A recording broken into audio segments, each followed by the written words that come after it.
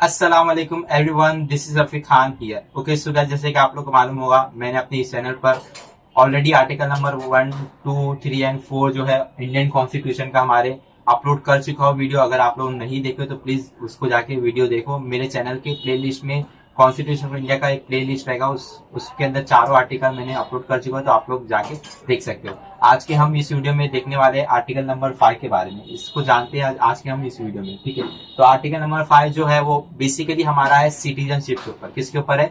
Citizenship के ऊपर। Citizenship वो भी कब? At the commencement of the constitution. Commencement of the constitution का मतलब जब कॉन्स्टिट्यूशन लागू हो गया। अब जो हमारा कॉन्स्टिट्यूशन है वो कब लागू हुआ, तो मैं आप लोग को डेट बता देता हूँ। हमारा कॉन्स्टिट्यूशन जो है वो लागू हुआ है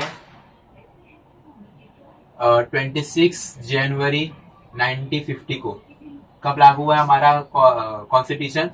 26 जनवरी 1950 को कमेंसमेंट हुआ है हमारे कॉन्स्टिट्यूशन का। ठीक है, तो उस वक्त सिटीजनशिप कौन कहलाया जाएगा, उस वक्त से आज वक्त तक कौन सिटीजनशिप कहलाया जाएगा, तो उसके बारे में आर्टिकल नंबर 5 में बताया गया है। तो क्या क्या बताया गया है उसको मैं जस्ट रीड करता हूँ, आप लोग को समझाने की कोशिश करता हूँ। ठीक है, at the commencement of this constitution, मतलब ये कॉन्स्टिट्यूशन को जब लागू करा गया, every person who has his domicile in the territory of the India, मतलब जब ये कॉन्स्टिट्यूशन लागू कर दिया गया तब उनके पास डोमिसाइल होना जरूरी है। डोमिसाइल का बेसिकली मतलब ये होता है कि वो बताता है कि आपके पास अगर डोमिसाइल है, मतलब इसका मतलब ये है कि आपका परमानेंट घर है। मतलब फॉर एग्जाम्पल यहाँ पे क्या बोला, domicile of the territory of the India, मतलब इंडिया का डोमिसाइल होना चाहिए। मतलब कहने का मतलब ये है कि जैसे फॉर एग्जाम्पल अभी हम डोमिसाइल जो बनाते हैं, अगर आप लोग 12वीं के बाद एडमिशन कहीं पे लेते हो तो आप लोग को डोमिसाइल की जरूरत पड़ती है। वो डोमिसाइल ये बताता है कि आप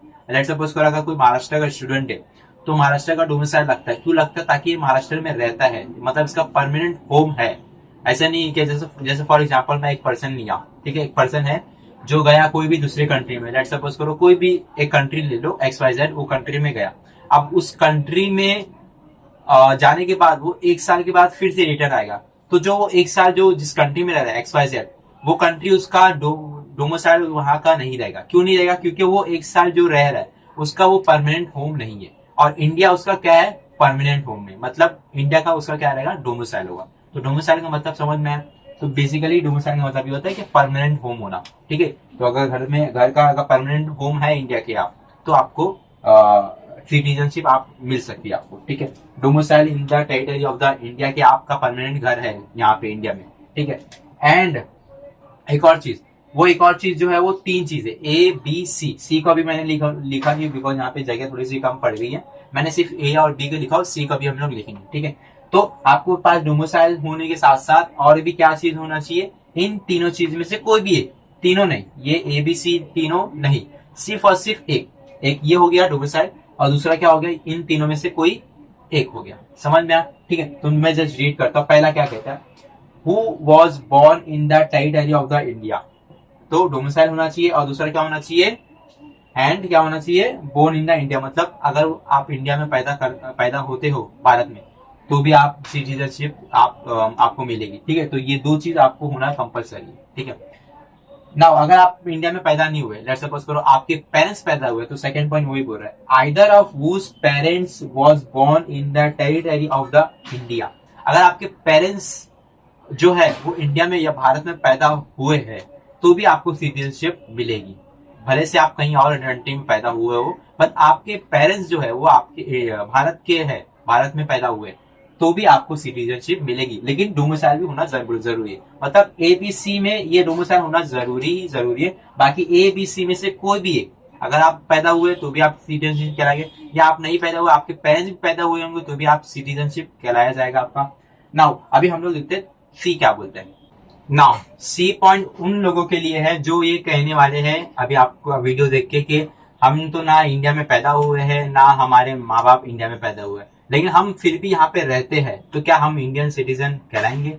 तो C पॉइंट आपके लिए, who has been ordinary resident in the territory of India for not less than 5 years immediately preceding such commencement shall be a citizen of India। मतलब अगर आप लोग ये जो हमारा कॉन्स्टिट्यूशन जो है वो लागू होने के बाद 5 साल तक आप भारत में रहे हो और आपका डोमिसाइल, जो हमारा पहला पॉइंट जो कह रहा था, जो मतलब आर्टिकल 5 जो हमारा कह रहा था, जो डोमिसाइल होना चाहिए, डोमिसाइल है और आप 5 साल तक रह रहे हो तो भी आपको shall be a citizen of India कहलाएंगे। ठीक है, तो ये था हमारा आर्टिकल नंबर 5 जो हमको बताता है सिटीजनशिप कौन कौन हमारे इंडिया के है। ठीक है, at the commencement of the constitution, constitution को लागू करने के बाद, ठीक है, या फिर लागू करने के टाइम। ओके, तो आर्टिकल नंबर 5 मैंने आप लोग को समझा दिया। अगर आप लोग को समझा हो तो प्लीज वीडियो को लाइक कीजिएगा और ऐसे ही वीडियो मैं अपने इस चैनल पर अपलोड करता ही जाऊंगा, कॉन्स्टिट्यूशन ऑफ इंडिया के आर्टिकल्स आप लोग को समझाते जाऊंगा। होप आप लोग को वीडियो अच्छा लग रहा हो, और अच्छा लग रहा हो तो प्लीज लाइक कीजिएगा और नीचे एक सब्सक्राइब का बटन है, और अगर आप लोग नए हो चैनल पे तो प्लीज नीचे एक सब्सक्राइब का बटन है, उसको प्रेस कर दीजिएगा। मिलते हैं नेक्स्ट वीडियो में, तब तक के लिए अल्लाह हाफिज।